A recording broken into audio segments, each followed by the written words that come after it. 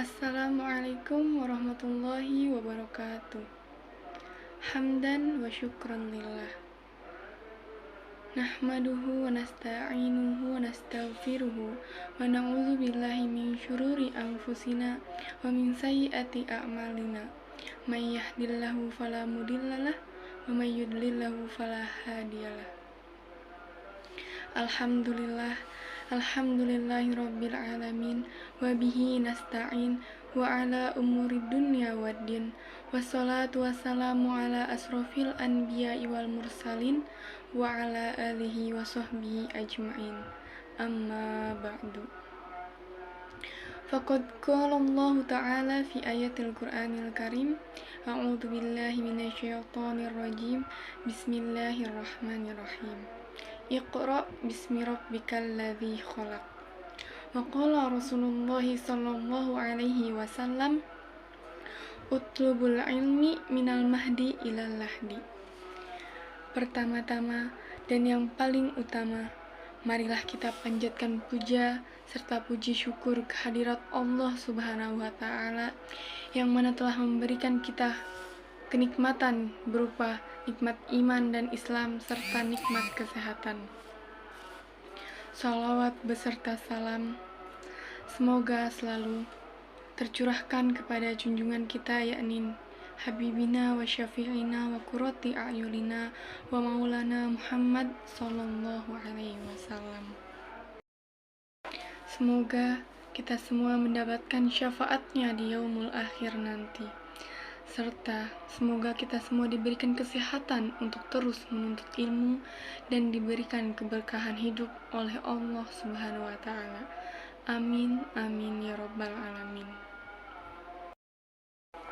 Yang terhormat Bapak Dr. Andes Syihabuddin Said SAG MSI selaku dosen pengampu mata kuliah aspek hukum dalam ekonomi, serta teman-teman yang berbahagia. Sebelumnya, izinkan saya memperkenalkan diri.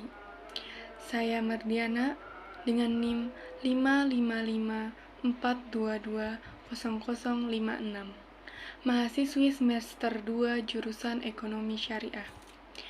Adapun tujuan pembuatan video ini adalah sebagai ujian tengah semester pada mata kuliah aspek hukum dalam ekonomi dengan dosen pengampu yakni Bapak Dr. Andes Syihabuddin Said SAG MSI. Baiklah teman-teman, adapun materi yang akan saya sampaikan dengan judul bentuk-bentuk usaha. Baiklah, langsung saja masuk kepada materi pertama, yaitu pengertian badan usaha milik swasta atau disingkat BUMS. Badan usaha milik swasta atau BUMS merupakan suatu badan usaha yang semua pendalamannya berasal dari pihak swasta. Badan usaha milik swasta ini bisa dimiliki oleh seseorang ataupun beberapa orang dalam bentuk kerjasama penanaman modal.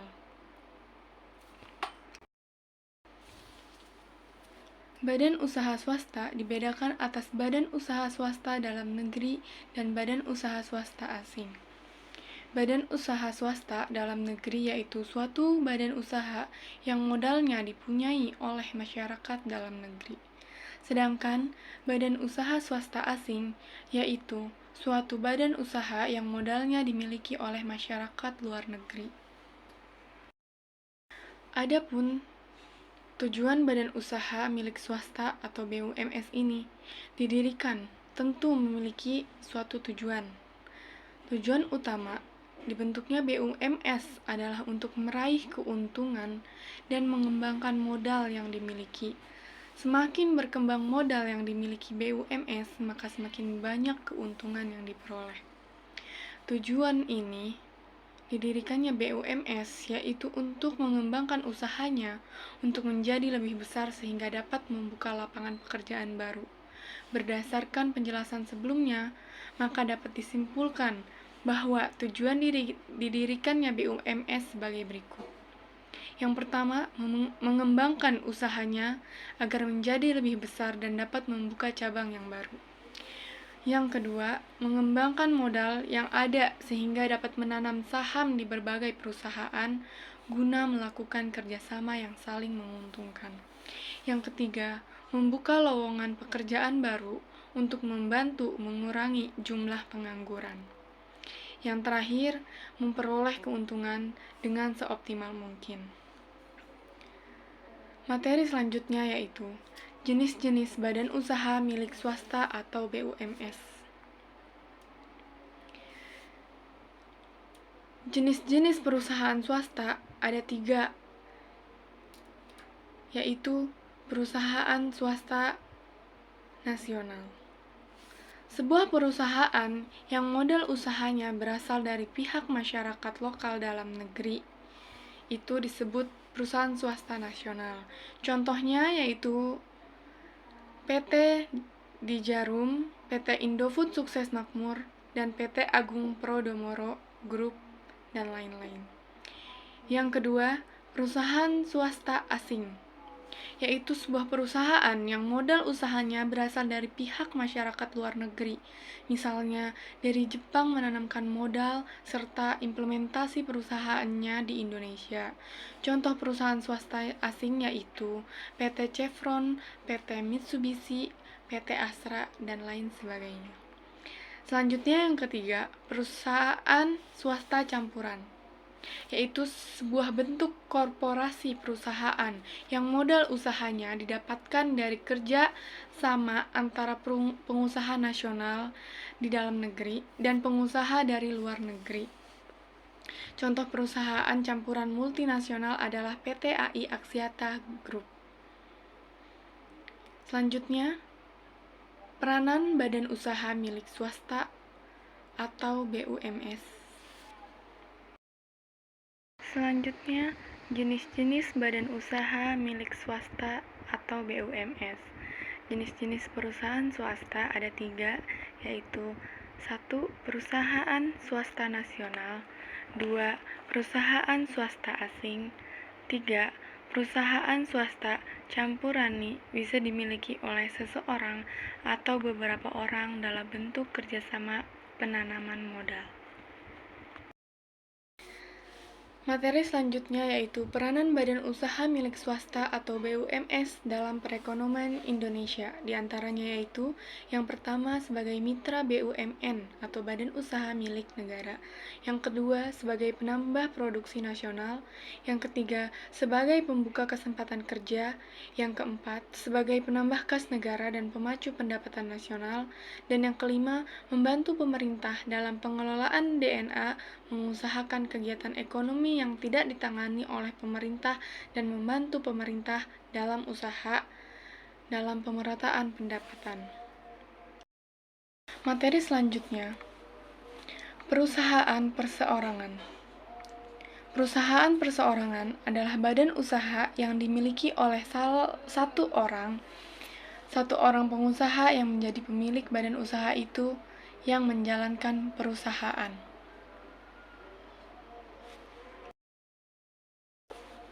Di dalam badan usaha perseorangan ini, yang menjadi pengusaha hanya satu orang. Dengan demikian, modal usaha tersebut hanya dimiliki satu orang juga. Jika di dalam perusahaan tersebut banyak orang bekerja, mereka hanyalah membantu pengusaha dalam perusahaan berdasarkan perjanjian kerja atau pemberian kuasa. Selanjutnya, yaitu persekutuan firma. Persekutuan firma adalah persekutuan perdata yang didirikan untuk menjalankan perusahaan dengan nama bersama. Nama perusahaan ditentukan bersama oleh para sekutu. Selanjutnya, keuntungan firma sebagai berikut. Yang pertama, memiliki sistem pembagian kerja yang menjadikan pengelolaan lebih profesional. Yang kedua, keahlian yang dimiliki tiap anggota dapat menjadi faktor penentu untuk memilih pemimpinnya persekutuan. Yang ketiga, perusahaan dimiliki oleh semua anggota firma dan dikelola bersama oleh semua anggota pula. Yang keempat, adanya akta notaris membuat perusahaan lebih mudah dalam meminjam modal. Selanjutnya, kekurangan firma sebagai berikut. Yang pertama, tanggung jawab anggota termasuk pada harta pribadi. Yang kedua, jika satu anggota melakukan pelanggaran hukum, akan membuat seluruh anggota lainnya menanggung akibatnya. Yang ketiga, kerugian ditanggung bersama meskipun hanya disebabkan oleh satu anggota. Yang keempat, hak milik perusahaan tidak terpisah dari harta pribadi. Baiklah, materi selanjutnya yaitu persekutuan komanditer atau CV. Persekutuan komanditer adalah perseroan yang telah dibentuk dengan cara pinjaman dan didirikan antara beberapa perusahaan bersama-sama yang bertanggung jawab untuk bisnis, dan satu orang atau lebih pemberi pinjaman. Persekutuan komanditer memiliki keuntungan dan kekurangan. Adapun keuntungan CV sebagai berikut. Pertama, dapat mengumpulkan modal yang lebih besar. Yang kedua, manajemen perusahaan pun lebih besar. Yang ketiga, pendirian CV lebih mudah dibandingkan PT. Yang keempat, kelangsungan usaha lebih terjamin. Selanjutnya, kekurangan CV. Yang pertama, persero pasif tidak turut dalam pengelolaan usaha dan hanya mempercayakan modal pada persero aktif. Yang kedua, tanggung jawab yang diemban oleh persero aktif bersifat tidak terbatas. Yang ketiga, jika perusahaan mengalami kebangkrutan, harta kekayaan persero aktif dapat disita. Yang keempat, modal yang sudah disetor sulit ditarik kembali. Yang kelima, keuntungan dibagi antar anggota. Baiklah, selanjutnya perseroan terbatas adalah badan hukum yang merupakan persekutuan modal didirikan berdasarkan perjanjian, melakukan kegiatan usaha dengan modal dasar yang seluruhnya terbagi dalam saham dan memenuhi persyaratan yang ditetapkan dalam undang-undang ini serta peraturan pelaksanaannya. Materi selanjutnya yaitu pengertian usaha negara. Tata usaha negara adalah administrasi negara yang melaksanakan fungsi untuk menyelenggarakan urusan pemerintahan, baik pusat maupun di daerah. Tujuan dibentuknya tata usaha negara untuk menyelesaikan sengketa antara pemerintah dengan warga negaranya. Selanjutnya, pengertian koperasi.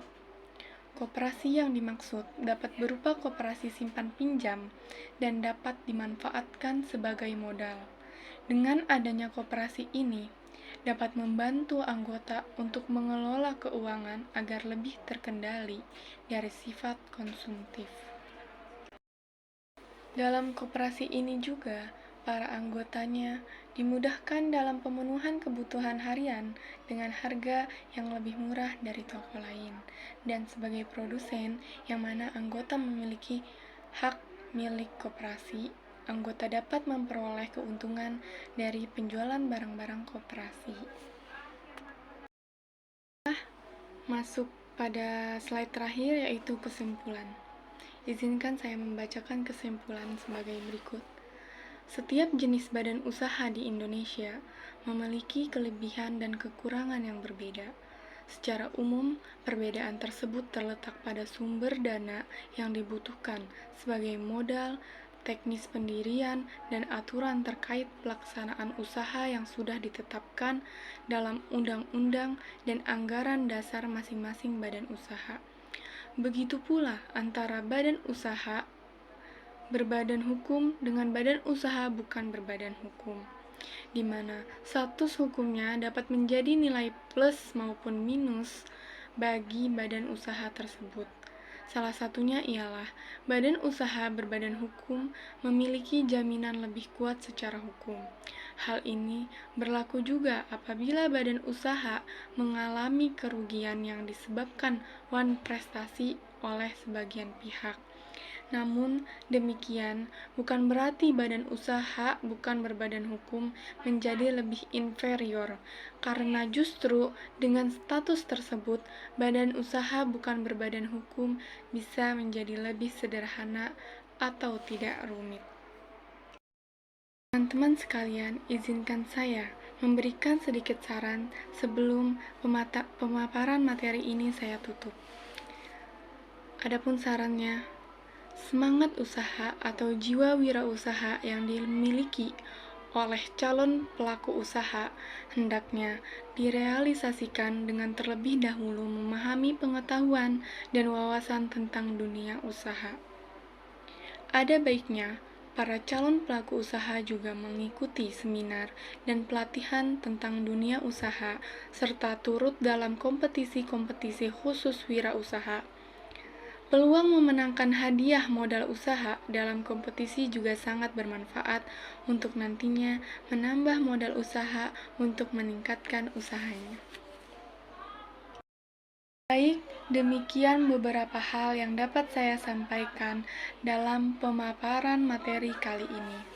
Selanjutnya, saya mohon maaf yang sebesar-besarnya apabila ada tutur kata yang salah dan kurang berkenan bagi Bapak dan teman-teman sekalian.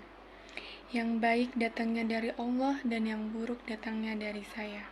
Dengan ini, pemaparan materi ini saya tutup. Terima kasih atas perhatiannya.